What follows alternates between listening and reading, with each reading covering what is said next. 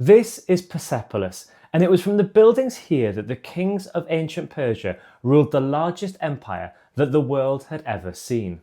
In this video, I'm going to take you on a deep dive into the archaeological remains from this city and explore what it was like to have an audience with the king. So Persepolis is here in the south of modern-day Iran. When we zoom in, you can see that the key geographical feature around the city is that you have this flat plain and then mountains rising in the east. As we go closer, you can see lots of fields, but not really very many buildings. All of the labels on the Google Maps here are all clustered to the east of the site, and that's because the great city that once stood here no longer exists. What does survive is a palatial complex built by the rulers of ancient Persia, a dynasty we call the Achaemenids. The city was founded by Darius I some point in the 510s BCE, and famously it was sacked and the royal palaces were burned by Alexander the Great. I'll do a separate video on that controversy another time. But Alexander didn't destroy everything that the Persians had built, and the structures that survive were excavated in the 1930s. Rather than try and explore the whole site in one video, what I want to do is focus on the experience that visitors would have had when they came for an audience with the king. And to do that, I'm going to focus on 4 key parts of the site. But before we dive in, we need to talk about how to analyse ancient spaces.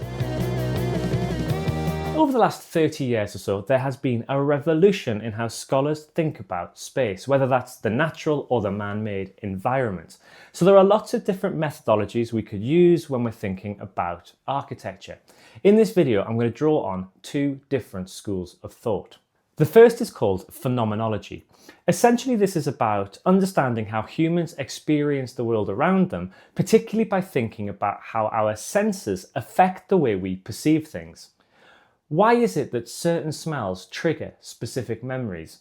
How come certain noises make us feel scared, for instance? In this video, I'm going to look particularly at what we see when we look at the buildings at Persepolis, and we'll think about how that might make us feel and react in the presence of the king. The second key method is the idea of non-verbal communication, which was applied to architecture by a guy called Amos Rappaport. Essentially, this is the idea that buildings can embed cues which encourage us to behave in a particular way. This can be as obvious as putting up a no entry sign to prevent us going into a particular room, but it can be much more subtle than that, as we'll see in the video. With all of these methodologies, it's really important to remember that most of what was built in the ancient world no longer survives. To take phenomenology, for instance, the smells, the sounds of Persepolis in the ancient world are long gone.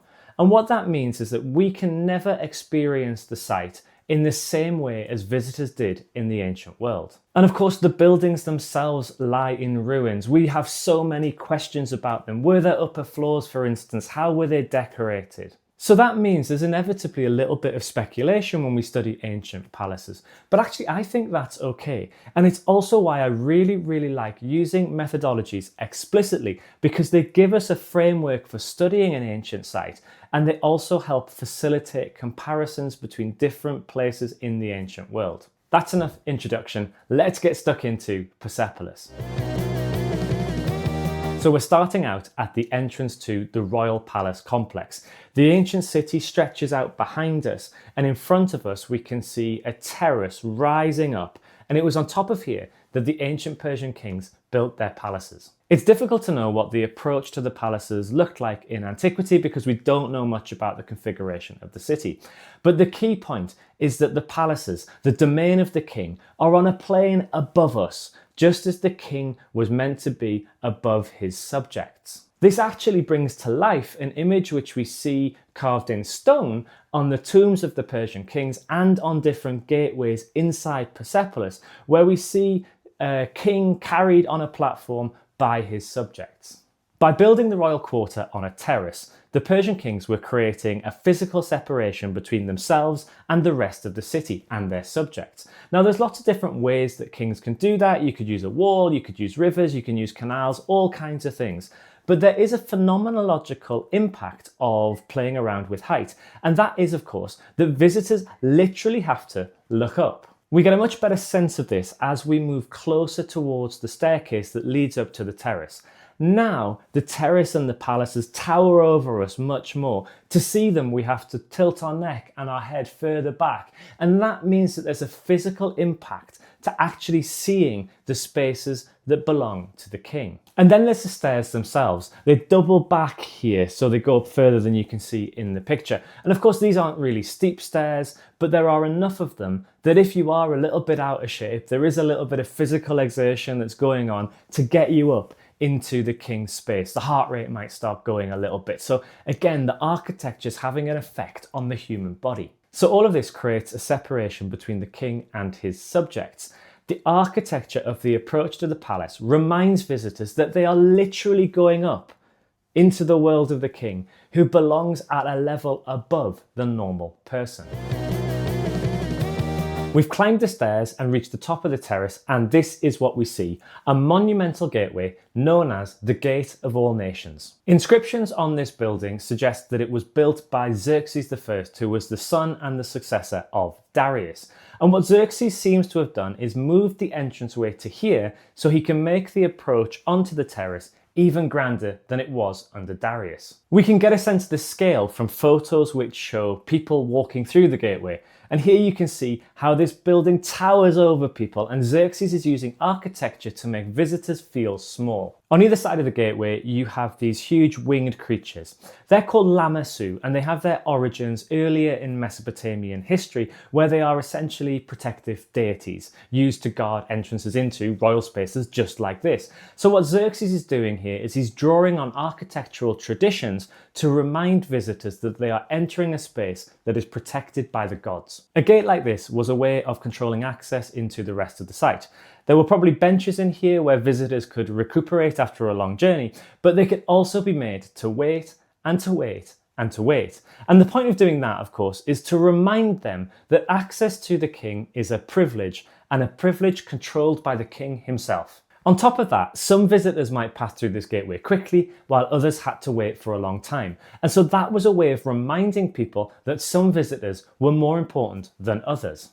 We get a sense of the psychological impact of controlling access to the king from literature from the ancient world. The Hebrew book of Esther and Herodotus's histories, for example, are full of references to people being forced to wait at the palace gates for an audience with the king.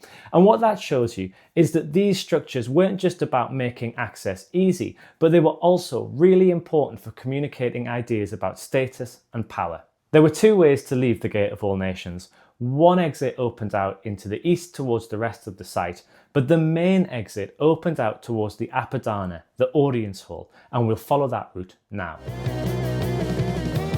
So we're now looking out of the gateway, and across the courtyard we can see the Apadana building in the distance.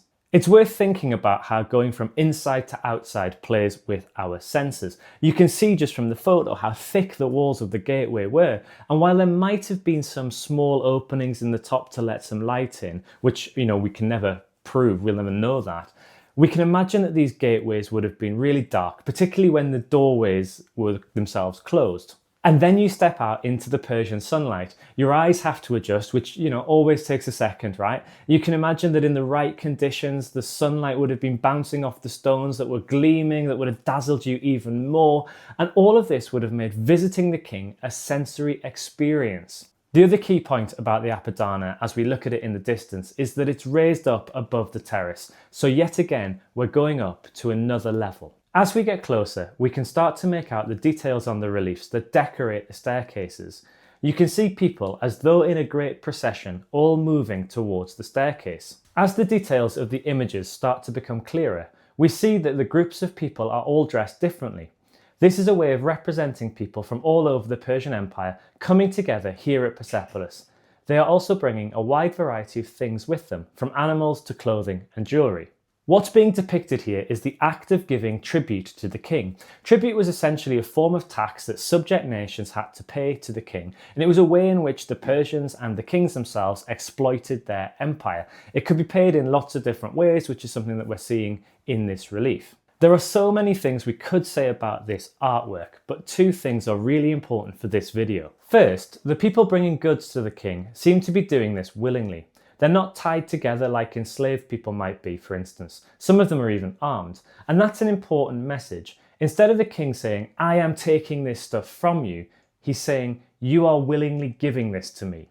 And that might be important for visitors, some of whom will have been bringing gifts to the king. The second key point concerns the image at the centre of the staircase. Here you've got the king sitting enthroned, facing the oncoming delegations of his subjects. In front of him, you have a figure bowing slightly, his hand touching his mouth as though blowing a kiss. This is a representation of a gesture known as proskynesis. This was a ritual that was performed by Persians when they came before the king to show that they acknowledged his royal status. Putting this image here, on the stairs that visitors had to climb on their way to an audience with the king, was a way of reminding them what they needed to do when they got into the building. This is architecture cueing behaviour. Finally, we've made it up to the Apadana, and it was here that the king held audiences with his subjects. The main architectural features are these huge pillars, which again dwarf visitors, making them feel small and insignificant. But they also affect sightlines as you move through the building. And as a visitor was walking through these spaces, we might imagine the king popping in and out of their vision, which might heighten anxiety or anticipation and affect the way that they are feeling about the audience they're about to have. Written accounts of the splendour of the Persian court make it clear that spaces like this would have been incredibly luxurious as well. The king would have sat enthroned, surrounded by his court. He'd have had luxurious robes on to show his power and his prestige. There may well have been a physical separation between where the king was sitting and where visitors could go. All of that would have emphasised the importance of the king, and it would have perhaps put the figure who's visiting the king on edge. All of this was designed to make visitors feel uncomfortable, to make them feel nervous, to make them apprehensive about the audience, which would put them on the back foot and give the king the advantage in any negotiations. So every element of the approach to a royal audience was designed to help the king come out on top and to reiterate his power. In these videos, I always want to share the complexities, the challenges that historians like me face when we're studying the past. And there are some unusual features at Persepolis which sort of complicate some of what I've said here. The first problem is we don't know exactly where the king's throne would have been in the Apadana. At Susa, which is another Persian palace built by Darius I, there's a stone slab towards the back of the audience hall, directly opposite the main entrance into the hall. And we think that's probably where the throne would have been there, because we can imagine visitors entering the hall, being able to see the king resplendent in his robe, sitting on his throne down the far end of the hall, and nervously having to walk towards him all the time while the king in the court stares him down. But at Persepolis, there were multiple ways to enter the Apadana, so things couldn't work in quite the same way. There were also two staircases up to the Apadana. I've talked about one, which is the one I think would have been used by non-Persians or non-elites when they were visiting Persepolis. But there was also an entranceway on the east of the building.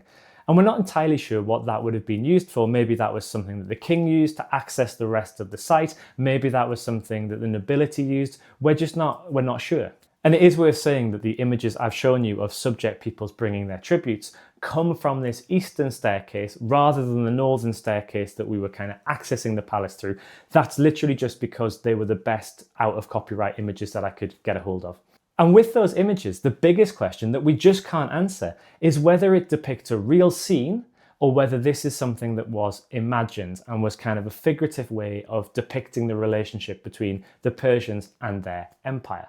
Finally, I've stressed the importance of the relief showing the figure performing proskynesis, but at some point in antiquity, that image was removed from the centre of the staircase, put somewhere else in Persepolis, and replaced with a different scene. Now, there's actually some good historical scholarly debate about why that happened. I'll do a separate video about that at another point, I think. But the key point is I was talking about how this image cued people. It reminded them how they needed to behave. Well, visitors who came to Persepolis later in its history did not see the same cue as earlier visitors. The point that I've just made should hopefully remind you that ancient sites weren't static things. New buildings were built, old buildings were taken down, artworks were moved. And so if you're studying an ancient site, the first thing you need to do is work out what was there at the time you're interested in. For me, the other thing I've learned about studying archaeological sites is that it's really worth engaging with theories and ideas from disciplines beyond history, beyond the study of the ancient world. And yes, I know that word theory is scary. Phenomenology is hard to say, and it is even harder to spell, I know. But for me, I think it's worth it because these theories can give us a toolkit which help us study a site and unlock the hidden meanings that we wouldn't otherwise see. As always, I'll put some references in the video description if you want to find out a little bit more about this. It is worth saying that you can go on Google Maps and you can actually do a street view walkthrough of the Persepolis Palace complex. I was going to do that kind of live on the video, but I was just worried about infringing copyright, so that's why I've done it the way that I've done it. But yeah, go and walk the route that we've just discussed. Let me know in the comments what you think about how you feel when you're walking that route. And of course, you can take the methodology we've talked about in this video, you can apply it to other sites, whether that's sites you can visit yourself, or yeah, just get stuck in on Google Maps. There's loads of sites you can visit and you can do a little walkthrough of. And if you find anything interesting, let me know in the comments. If you have enjoyed this video, please do give it a like and hit subscribe for more deep dives into ancient history.